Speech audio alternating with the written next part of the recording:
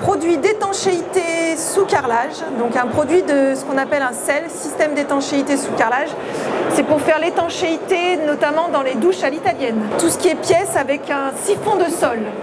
Aujourd'hui, on peut faire un SEL sans application de primaire, monocomposant, en 2 couches et sans trame. Pour coller notre carrelage, on vous présente aujourd'hui une colle qui s'appelle l'Ultra Light.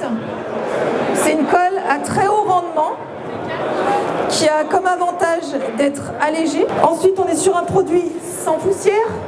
Donc dans les chantiers de rénovation, le fait que ce soit sans poussière, ça apporte un confort supplémentaire.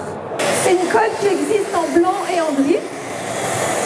Et elle existe aussi en souple. Et on a un produit qui est ce qu'on appelle, alors c'est un terme un peu barbare, mais qui est très thixotrope. C'est-à-dire qu'en fait, il a un pouvoir d'adhérence qui est énorme. On peut mettre du carreau très très lourd en mural sans qu'il glisse. Donc au niveau du confort de pose, c'est très agréable parce que votre carreleur, il ne va pas mettre de la colle partout par terre, il ne va pas faire tomber ses carreaux. On est sur une colle à base de résine époxy. Donc pour vous expliquer rapidement, c'est une résine avec laquelle on va pouvoir coller la mosaïque et jointer aussi.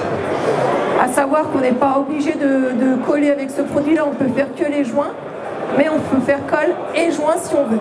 La résine époxy, c'est une résine qui ne craint pas les milieux agressifs, notamment les milieux acides. Une fois gâché, c'est un produit qui est très souple, donc facile à rentrer dans les joints. Et ensuite, au niveau du nettoyage aussi, il y a eu des évolutions au niveau des matières premières qui font que le nettoyage est beaucoup plus facile que ce qu'il a été. Une fois qu'on a appliqué notre produit, une fois qu'on a gâché notre produit, parce que c'est un produit bicomposant qu'on ne gâche pas du tout avec de l'eau, donc on a un composant A qu'on mélange avec un composant B.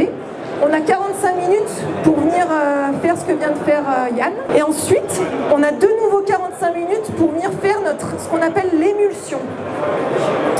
Donc l'émulsion, c'est ça, c'est qu'on vient mettre beaucoup d'eau sur l'époxy. Et ensuite, avec une éponge végétale, on vient simplement enlever l'émulsion qu'on vient de faire. Donc enlever la mousse qui reste.